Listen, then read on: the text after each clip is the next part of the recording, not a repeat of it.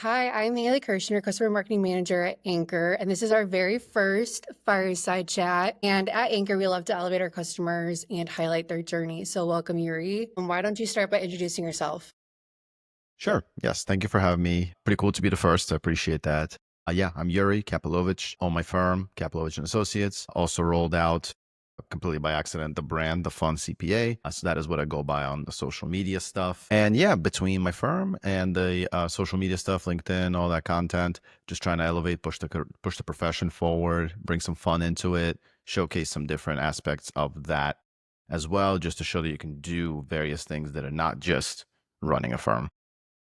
How did you come up with the Fun CPA? How did that name come to fruition? It's completely by accident, just random. I've been posting for 4 years now on LinkedIn specifically. And then one day I was just posting it. I made that hashtag, the fun CPA, and just kind of like kept putting it in there. And then I went into this one event where I had like a booth and I made a sign and it said, the fun CPA on that. And people were like very confused. They couldn't put it together. And they were like, is it the funk pa? Like, I don't know, like, what does this say? And they just couldn't process it. And that's why I was like, all right, this is definitely on to something. And I just kept going. Yeah, I love it. It's a great way to brand yourself and your firm. So, I want to start from the very beginning. What led you to start your firm? Yeah, it's a good question. I've always wanted to have a firm. I've always thought that that's where I would end up going.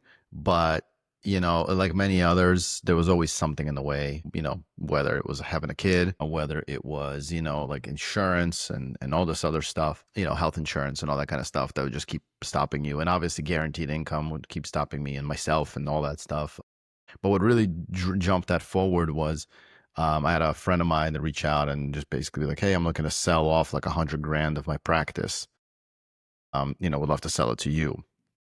And I was like, okay, like 100 grand is good. I was making 150 at the time. So I was like, all Mm. right, like I can work with that. And so, yeah, so I basically quit. I gave notice because of that. But 5 days after I gave notice, he ended up getting sued by his partner. And then I wasn't able to get pretty much any of it, any of that 100,000. So then I was kind of like, okay, what do I do? Do I go back and do I, like go back to work, or do I kind of just roll with it and figure it out? So I ended up choosing the roll with it and figure it out. I ended up contracting like with another firm to just help them out part time while I was growing my firm the other time. So that's basically the story. But yeah, it's, I don't know. I feel like sometimes I wonder, I mean, if it wasn't for that offer from the guy, in my mind, I always thought if my side hustle, because I was doing it on the side too at the time, if my side hustle wasn't going to hit 50 grand, I would leave because that's good enough for me. But the problem was getting to 50 grand is very hard to do. So that was my challenge. What kind of clients do you typically work with? So I'm primarily like focus on business owners under 5 million in gross revenue. Don't necessarily have a niche at the moment. I'm considering it, but for now, it's just 5 million and below business owners, offering them anything from, just the tax returns to full service with with bookkeeping and all that. And when you think back to those really early days, what was the hardest thing that no one really warned you about? That's a good question. I think to me personally, so I may be different. I'm a very extroverted person. So the biggest thing for me to this day sometimes too is like when you're at the firms, you have a lot of that connection, a lot of the people around you, even not even so much to ask the question, literally just go to lunch with, stuff like that. I think, I think not having that is probably one of the challenges for someone like me to get around that. I think is also why I started posting on LinkedIn to create that community to have a place to go to, like, just interact with folks in a sense. So it's that. And then obviously also all the admin, all the, hats you got to wear, all the stuff that pretty standard for being, on your own, but you just don't realize how much of it you got to do. How important would you say community and networking has been for your growth in your firm? Huge community networking. So community aspect would be, like being able to ask somebody a question if I'm not sure about it. Now, thankfully on my side, I have spent like 12 years in the bigger firms. And when I left on my own, my big thing is I don't want to deal with complicated stuff now. Like that's don't. That's why it's 5 million and below in gross revenue, because I don't want the complexity. I have no interest in that anymore. But knowing that and working with that historically has helped me know that I'm pretty comfortable with most things that are going to come my way on the tax side of things. But still having the ability to reach out, maybe help somebody else, or get a quick answer about a state and local tax issue, something like that is very important. And networking, I mean, networking on LinkedIn is a very big part of what I do. So yes, I post, I do random posts, stuff like that. But then folks like, financial planners, attorneys, stuff like that would reach out and say, hey, I got a client, I got this, I got that. And so that's not the intent necessarily, but that is a byproduct of doing that. And then I also have my own networking events that I run. You mentioned that you're very extroverted, and of course, there's a lot of introverted people in this industry, and networking can be kind of Yeah. hard for some people. Is there Yeah. any advice or anything that you'd give to those individuals? Yeah. It's so important to put yourself out there too. Here's the difference though. When I was at the bigger firms, everybody wanted you to, they would ask me, hey, can you go to these networking events and do that? That's a very different vibe and thought process and approach than when you're doing it for your own self. Now, I would go to these events a lot of times for my own self, knowing what's going to come in the future, right? So I would make the connections and try to network, kind of like meet people, interact with them. Not necessarily say I'm going out on my own, but just create that connection. But I would say that for somebody going out there on their own and they're looking to, to grow their business, to connect with people, my biggest advice is don't even bring your business cards. Don't bring your business cards and don't go into it anticipating any sort of ROI, any sort of return. There's a guy out there, Rory Henry. He's on social media. I've met him in person also. He's got a concept that he's trademarked. It's ROR, return on relationships. I think that is the real approach of how you should go about any sort of networking, any sort of interaction. If, I've had in the past where I would do an event and I have a fee attached to it, like, maybe let's say $50, $60, whatever it is. And folks would say, oh yeah, I mean, I'm interested in the event, but like, what do you think I'm going to give back? Like, you think I'm going to make enough business to cover? If that's the approach that you're taking going into it, don't even go, because anybody can see through that. Yeah. And then it's inauthentic. And then what are you really doing? To me, that's why I structure my networking events in a way that is all around like the fun aspect and just hanging out with people. Like that's really super important to me. So I'm always eyeing up doing less than more. So, I don't need hundreds of people. I want like 60 or 70.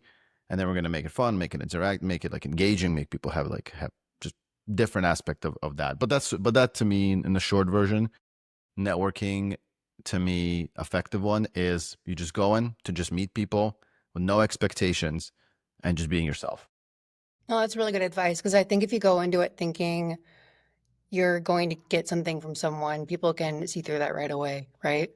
100%. And I mean, I've been to networking events where I've been to a couple different ones. I've been to ones where it's like 300, 400 people. And even I'm overwhelmed with that. Like, again, I'm a big people person. Yeah. But if you're walking into a big hall, a big area, and you're looking around and there's 300 people there or 400, like, and they're already kind of, people tend to come together in their own little groups or whatever. Penetrating a group and then having meaningful conversations is very difficult. So that's challenging. That's more of a volume game. And I mean, you try your best. But the smaller ones and the ones that I try to do in my events, just come in, no business cards, just hang out. And I mean, really, if you're connecting that well, I mean, we all got phones, just exchange phone numbers, which is Yeah. what most people do. I think business cards are also becoming outdated in a way. Oh, they're super outdated. Yeah. I don't even, like I said, I mean, beside the fact, I mean, literally just so many avenues, platforms. Most of the time I find myself connecting just Instagram or LinkedIn if it's something a little more on professional side, or just literally my phone. Because the reality of it is, the amount of times I've gotten business cards and then just came home and threw them away, or like came home, did nothing with them, and then 2 months or 3 months later was like, what is this again? I don't know. I'll throw it away. Like, it's a waste. If you have a real connection with that person, you're likely just going to shoot them a text and then just stay connected in that regard. I know of a few folks after my events that then just literally went to each other's offices and just hung out there. Like it's just, it's like I said, it's all about the approach. Yeah. But yeah, All right, I want to switch gears. What are you most proud of business-wise or personally right now? it's a good question too. Most proud, I would say, so my firm, my big approach right now as a firm, and it has been really since I started, is focusing on the hours and reducing them and not working like crazy. So I don't work over 40 hours a week at any point in the year, including tax season. And tax season, I'm around 30 to 35 hours a week. And off season now, I'm about 10 to 15 hours a week. So I would say I'm most proud of, probably, just growing the firm to where it's at, working as much as I work, or as many folks would say, not work. Because, it comes all, and that frees up my time, obviously, to the social media stuff, I just had a boat networking event last week, where we just went out, just cruised around, and on the boat went to the little Dock and Dine restaurant. But yeah, all that to say, I would say that that's probably the biggest thing. Most proud of. That frees up the time to be with the kids, be with the family, and that kind of stuff. Is that how you run your firm as well? You very flexible, very balanced. Yeah, Yeah. yeah. To me, yeah, it's very important. And to do that, you almost have to work backwards. Again, nothing that I've ever done to this date is intentional, right? Like, so it'll be the only intentional thing I would say is really just, again, like I just did not want to go back to that place where I'm working 60, 70, 80 hours a week. I had no interest in that. And now I knew I could control that. So it was working backwards from that goal Yeah. to then take on the right kind of clients, to say no to a client that wants a $300 tax return. Nope. I don't even care. And being so diligent and so focused on to the point where I know it's going to take me 10 minutes to make $300, but I don't care. I would rather refer them out to someone else than take that work myself, and then, have a bunch of those, because I guarantee you get a bunch of those, you're not going to be able to work the hours that I work, because it's just not possible. If you have 300 clients at $300 a piece, you can make decent money. I'm not saying that, but that's 300 clients at 10 minutes each. Even at 10 minutes each is still a ton of time. That's one. That was one way to do it. And then, yeah, like, so being, like I said, just being selective with the clients, saying no, and having that profile to say, okay, if we're driving well, they're willing to pay the higher fees. My minimum fee now is 2,000. So, if you're willing to pay that, then fine. But that's really how I got here. How many employees do you currently have working at your company right now? None. None, it's just you? Yep. Yeah, me, and I do have a bookkeeper, but so she's like a outsource. She has her own firm Yeah. out in Brooklyn, but she's not, like, but she helps me with the bookkeeping aspect of things. So if I bring on a bookkeeping client, just make the introduction to her, and then I don't do anything else. So I want to ask you, has Anchor made your life easier? You're no longer having to chase payments or But yeah. yeah. Yeah, I had a post on that actually earlier this year, because I was breaking down my busy season. I also post my financials every once in a while. So I was breaking down my busy season. And so my process before Anchor, I think I implemented Anchor in December of 2024. So right before this past tax season, I implemented that. And before that, I was doing the old school. So the old school way to me was, I had a Word document template, and every year I would change the dates. So, like, it was pretty straightforward. So whatever the date was that I was rolling them out on, obviously I would have that at the top. Names and all that stuff remain more or less the same. Scope of services obviously remained the same on my Excel. I think the only thing I would change is either the fees, if I wanted to increase them on the Word document, and then the dates of the tax returns. Well, first thing first, I had to go and do that I have 100 clients. So I had to go and do that to 100 clients, which, it was a pain in the butt, but it would probably take me, let's say, a day. Yeah. At most. It's not that complicated. But then I also had a subscription to DocuSign. And so then I would go to DocuSign, upload that. Now, most of them were already in the system, so it was fairly straightforward. Again, go pick them out, boom, put their name in, drag over where they sign, yada, yada. And then send that out, then wait for it to get signed. And then when they assigned it, back before I implemented Anchor, I charged them. So I would send the invoice out after completing the tax return. Or A monthly is obviously easier. That's just goes on recurring with QuickBooks. Yeah. So then that's how I would do it. So that took time. And then the biggest thing was just chasing them afterwards. And essentially, most people were fine. Like most people, I didn't necessarily have to chase them, send it out, but they'll pay within a week or something. But some folks you really have to chase. Yeah. Which can be a little awkward when you're having to chase down Oh, people it's for a yeah, it's month. awkward. Yeah. My clients, thankfully, are pretty chill people. Again, because I pick them out specifically. I used to post like I had like these posts, my text to them, where I'll just joke around and just have like this GIF or whatever with a guy with like a bat, just standing there like this, and I'm like, and I'll just be like, by the way, you didn't pay my invoice yet, but it could be awkward for sure. But at the end of the day, it's really so. This is really where Anchor has helped me, which is like consolidating that entire process.